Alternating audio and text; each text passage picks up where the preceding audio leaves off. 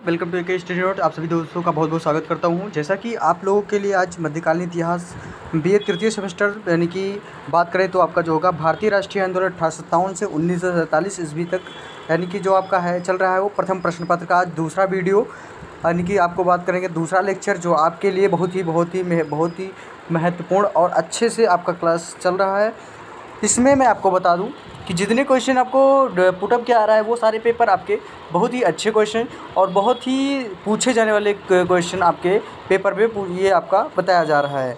तो दोस्तों देर ना करें, क्योंकि इस तरीके के जो आपको टॉपिक मिल रहे हैं तो ऐसे में कहीं आप पीछे ना रह जाएं।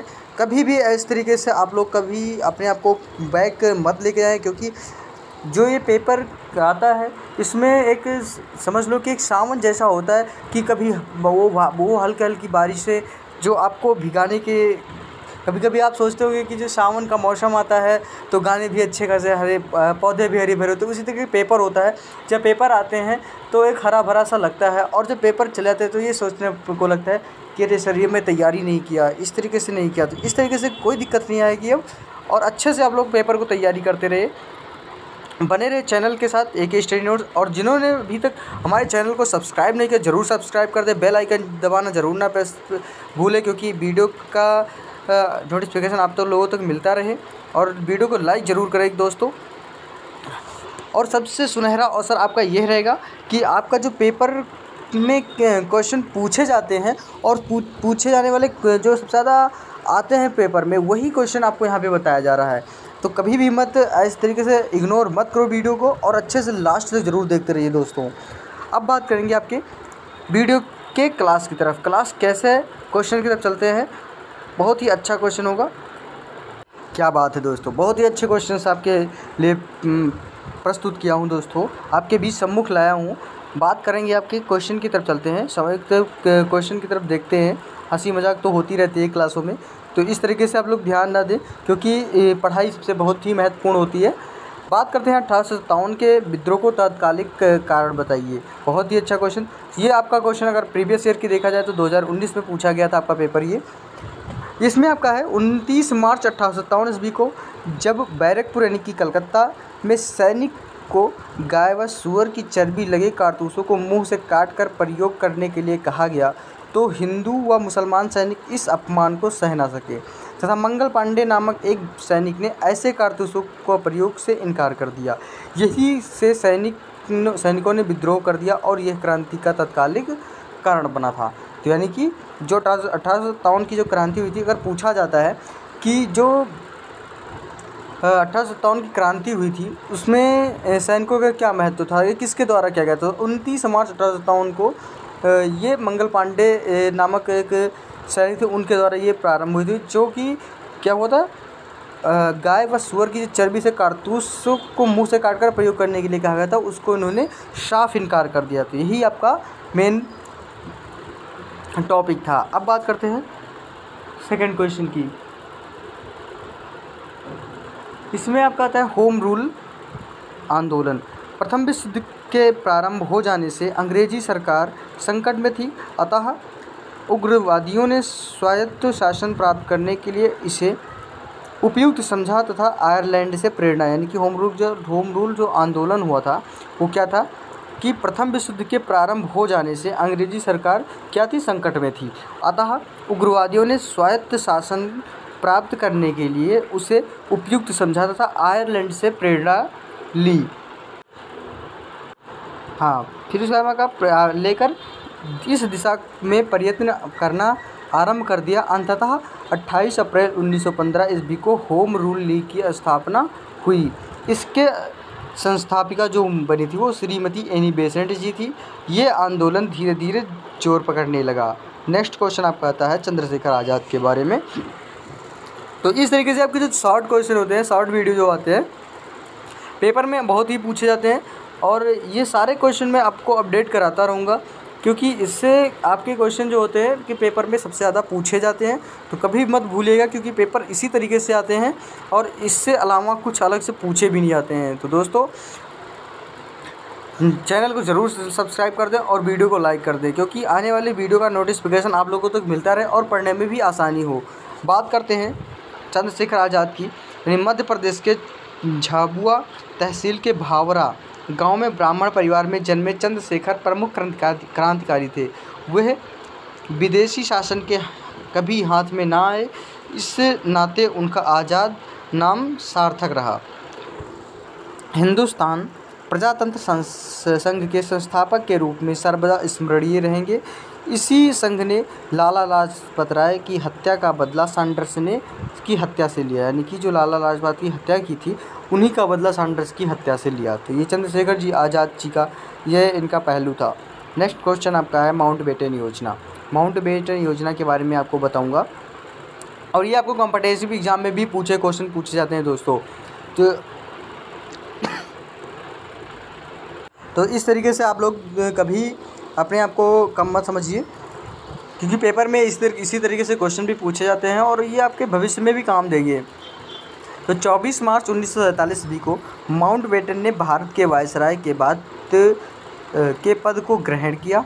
इन्हें पता चला कि कांग्रेस और मुस्लिम लीग में समझौता होना अत्यंत कठिन है। माउंटबेटन को ज्ञात था कि पाकिस्तान बनाने की योजना उचित नहीं थी और न ही इससे सांप्रदायिकता की समस्या को हल किया जा सकता था। इससे क्या हुआ कि हिंदू व मुसलमानों के सुदीर्घ काल के हितों में हानि होगी तथा भारत की अंतर्राष्ट्रीय प्रतिष्ठा भी कम हो जाएगी। किंतु फिर भी माउंटबेटन ने भारत के विभाजन का निर्णय लिया। तो इस तरीके से उन्होंने अपना यानी कि माउंटबेटन जो योजना थी वो इस प्रकार स्थापित हुआ और अंतर्राष्ट्रीय प्रतिष्ठा में ही उनकी जो कामनाएं थी वो इस तरीके से थी। अब नेक्स्ट क्वेश्चन आपका आता है लाहौर कांग्रेस 1929। इस अधिवेशन के अध्यक्ष जो थे वो जवाहरलाल नेहरू थे।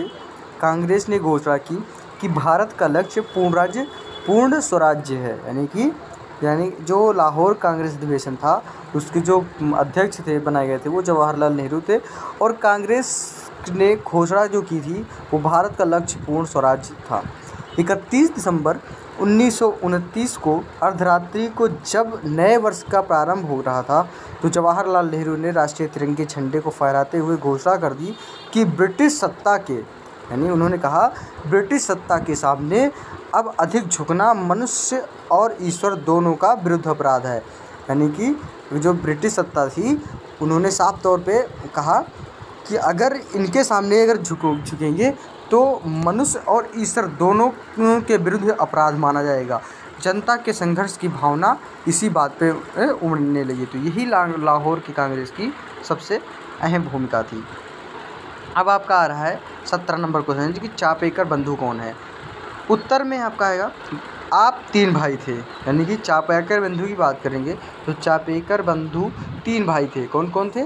एक तो दामोदर हो गए, फिर आपके बालकृष्ण हो गए और वासुदेव हो गए। ये तीनों भाई आज़ादी के दीवाने थे, यानी कि चापेकर बंधु के जो तीनों भाई थे ये आज़ादी के दीवाने थे। देश की स्वतंत्रता के लिए आजीवन संघर्षशील रहे। आप लोग चित्पावन ब्राह्मण परिवार से थे, यानी कि ये चित्पावन ब्राह्मण से बिलोंग करते थे एवं स्वभाव में बहुत उग्र थे। सेना में भर्ती होकर मंगल पांडे की भांति क्रांति का शंख फूंकना चाहते थे, परंतु सेना में प्रवेश में सफलता नहीं मिले। उन्होंने तरुण समाज नामक संस्था के माध्यम से आंदोलन चलाया कि चापेकर बंधु जी ने वो तरुण समाज नामक संस्था के माध्यम से आंदोलन चलाया। तो ये आपको अगर पूछा जाए कि चापेकर बंधु के भाई कौन कौन थे, दामोदर, बालकृष्ण और वासुदेव, ये 3 भाई थे। तो इस तरीके से इन्होंने अपना योगदान भारतीय स्वतंत्रता के लिए निभाया है। अब नेक्स्ट क्वेश्चन की तरफ चलते हैं। आपके नेक्स्ट क्वेश्चन आपका आता है 18वां क्वेश्चन, जो कांग्रेस की स्थापना होता है। इसमें आपका पूछा गया है कि कांग्रेस की स्थापना, उत्तर में आपका लिखना होगा कि भारतीय राष्ट्रीय कांग्रेस की स्थापना वो 1885 ईस्वी में हुई। बहुत ही सरल और स्वभाव का क्वेश्चन है, यानी कि भारतीय राष्ट्रीय कांग्रेस की स्थापना जो हुई वो 1885 ईस्वी में हुई। इसके संस्थापक A.O. ह्यूम थे। इन्हीं को भारतीय राष्ट्रीय कांग्रेस का जन्मदाता माना जाता है, यानी कि A.O. ह्यूम को भारतीय राष्ट्रीय कांग्रेस का क्या माना जाता है, जन्मदाता माना जाता है। इसकी स्थापना के अंतर्गत दूरगामी राजनीतिक परिणाम हुए, यानी कि दूरगामी राजनीतिक परिणाम हुए भविष्य में भारतीय राष्ट्रीय आंदोलन में इस संस्था ने महत्वपूर्ण भूमिका निभाई। मजूमदार के अनुसार यह वह धुरी था जिसके चारों ओर स्वतंत्रता की महान गाथा की विभिन्न घटनाएं घटित हुई थी। ये कांग्रेस की स्थापना के बारे में पूछा गया। अब बात करेंगे, इसमें अगर पूछा जाता है क्वेश्चन में आपका आता है कि भारतीय राष्ट्रीय कांग्रेस की स्थापना कब हुई? 1885 में। इसके संस्थापक कौन थे? वो आपके ए.ओ. भूम थे। बात करेंगे नेक्स्ट क्वेश्चन की, बंगाल विभाजन में। अब बंगाल विभाजन उस समय एक बड़ा प्रांत था जिसके अंतर्गत जो आता था वो बिहार, उड़ीसा, पश्चिमी बंगाल व बांग्लादेश आते थे। वहाँ की जनता में प्रबल राष्ट्रवादी भावनाओं को देखकर करजन जी ने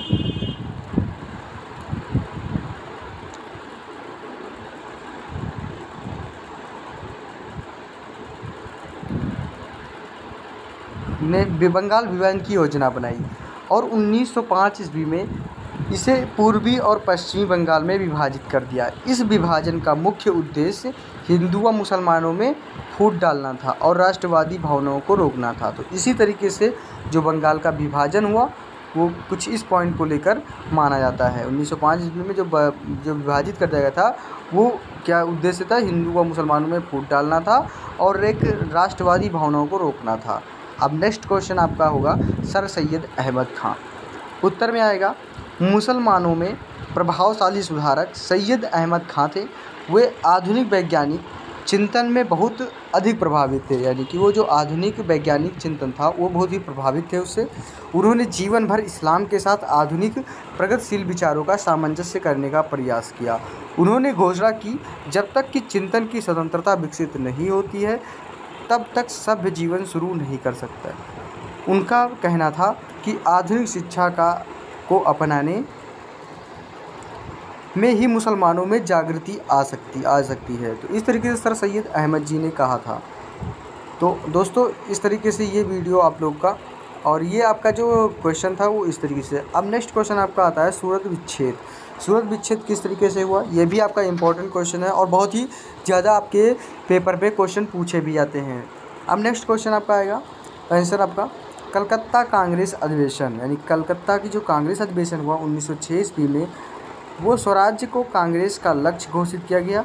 इसी प्रश्न को लेकर उदारवाद और उग्रवाद में मतभेद हो गया। उदारवादी दल वैधानिक उपायों में स्वराज चाहता था, उग्रवादी दल राजनीतिक शक्ति में से स्वराज चाहते थे।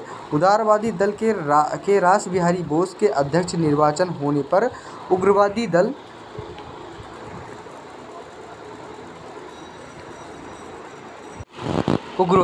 कांग्रेस से अलग हो गए और 9 वर्षों तक ये कभी ना मिले। और ये क्या हुआ इनके बीच में? ये अलग हो गए इस तरीके से और 9 वर्षों तक ये एक दूसरे से कभी मिले नहीं, यानी कि एक दूसरे से कभी ना मिले।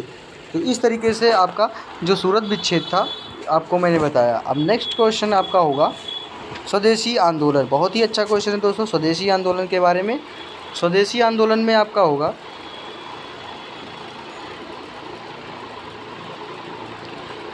7 अगस्त 1905 ईस्वी को कलकत्ता के टाउन हॉल में एक ऐतिहासिक बैठक में स्वदेशी आंदोलन की विधिवत घोषणा की गई। यानी कि स्वदेशी जो आंदोलन हुआ 7 अगस्त 1905 ईस्वी में को कोलकाता के टाउन हॉल में एक ऐतिहासिक घटना में स्वदेशी आंदोलन की विधिवत घोषणा की गई। बंगाल विभाजन के विरोध में अचानक यह आंदोलन अब संगठित होने लगा। इसे केंद्रीय नेतृत्व और सही दिशा मिली। इसी बैठक में बहिष्कार का प्रस्ताव पारित हुआ। बहुत ही अच्छे, यानी कि बहिष्कार का जो प्रस्ताव पारित हुआ वो क्या हुआ? स्वदेशी आंदोलन में हुआ। और सुरेंद्र नाथ बनर्जी जैसे अनेक उदारवादी नेता भी आंदोलन में कूद पड़े और 16 अक्टूबर 1905 ईस्वी के बाद बहिष्कार आंदोलन ने जोर पकड़ा। हर रोज़ विरोधी बैठकें होने लगी और विदेशी वस्तुओं का बहिष्कार का नारा गूंजने लगा। इसी वजह से स्वदेशी आंदोलन का महत्व दिया जाता है। नेक्स्ट क्वेश्चन आपका 23वां है जो सबसे लास्ट क्वेश्चन होगा और दांडी यात्रा के बारे में बताएंगे। बहुत ही अच्छे क्वेश्चन आपके हैं। पूर्व नियोजित कार्यक्रम के अनुसार 12 मार्च 1930 ईस्वी को प्रातः 6:30 पर साबरमती आश्रम से गांधी जी ने अपने 78 अनुयायियों के साथ, यानी कि कितने 78 अनुयायियों के साथ 241 मील दूर दांडी नामक स्थान के लिए पद यात्रा प्रारंभ किया। यानी कि पद यात्रा की बात करें तो पैदल यात्रा। ताराचंद ने लिखा है कि यह एक ऐसा प्रयास था जो मानव इतिहास में बिजोड़ था। 24 दिनों में यात्रा पूरी करके महात्मा गांधी व उनके सहयोगी 5 अप्रैल को दांडी पहुँचे व 6 अप्रैल को प्रातःकाल गांधी जी ने समुद्र तट पर पहुँचे तो सरोजिनी नायडू ने उनका स्वागत करते हुए कहा, विधि भंजक यानी कानून तोड़ने वाले तुम्हारा स्वागत है। यानी विधि भंजक का मतलब होता है कानून तोड़ने वाला, यानी कि कानून को तोड़ने वाला है, तुम्हारा स्वागत है। गांधी जी को उन्होंने सरोजिनी नायडू ने क्या किया, उन्होंने स्वागत किया। गांधी जी ने वहाँ नमक एकत्र कर नमक कानून को भंग कर दिया और इसे इस प्रकार 6 अप्रैल 1930 को सविनय अवज्ञा आंदोलन प्रारंभ हो गया। यानी कि अगर क्वेश्चन में पूछा जाता है कि सविनय अवज्ञा आंदोलन कब प्रारंभ हुआ तो 1930 ईस्वी 6 अप्रैल को 6 अप्रैल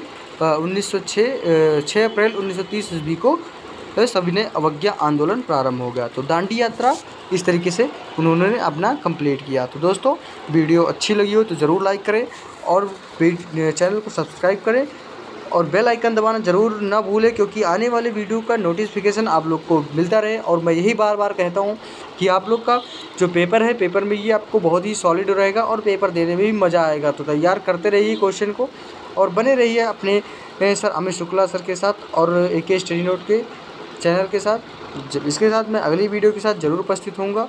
जय हिंद दोस्तों, धन्यवाद। और हाँ, सबसे अहम बात मैं तो आपको बताना भूल गया, क्योंकि पेपर में आपको जो पूछे जाते हैं क्वेश्चन, तो कुछ आपको सारे क्वेश्चन इसी से पूछे जाते हैं और इसका मैं अगले वीडियो यानी कि जो आपके 7-8 क्वेश्चन बच गए हैं जो आपका मेन इंपॉर्टेंट है, वो अगली वीडियो में आपको कंप्लीट करवाऊँगा। दोस्तों यही बात है, आप लोग ध्यानपूर्वक अपने आप को कंप्लीट करते हुए एक नए जुनून के साथ अपना पेपर दीजिए और अच्छे से अपना पेपर करें करिए।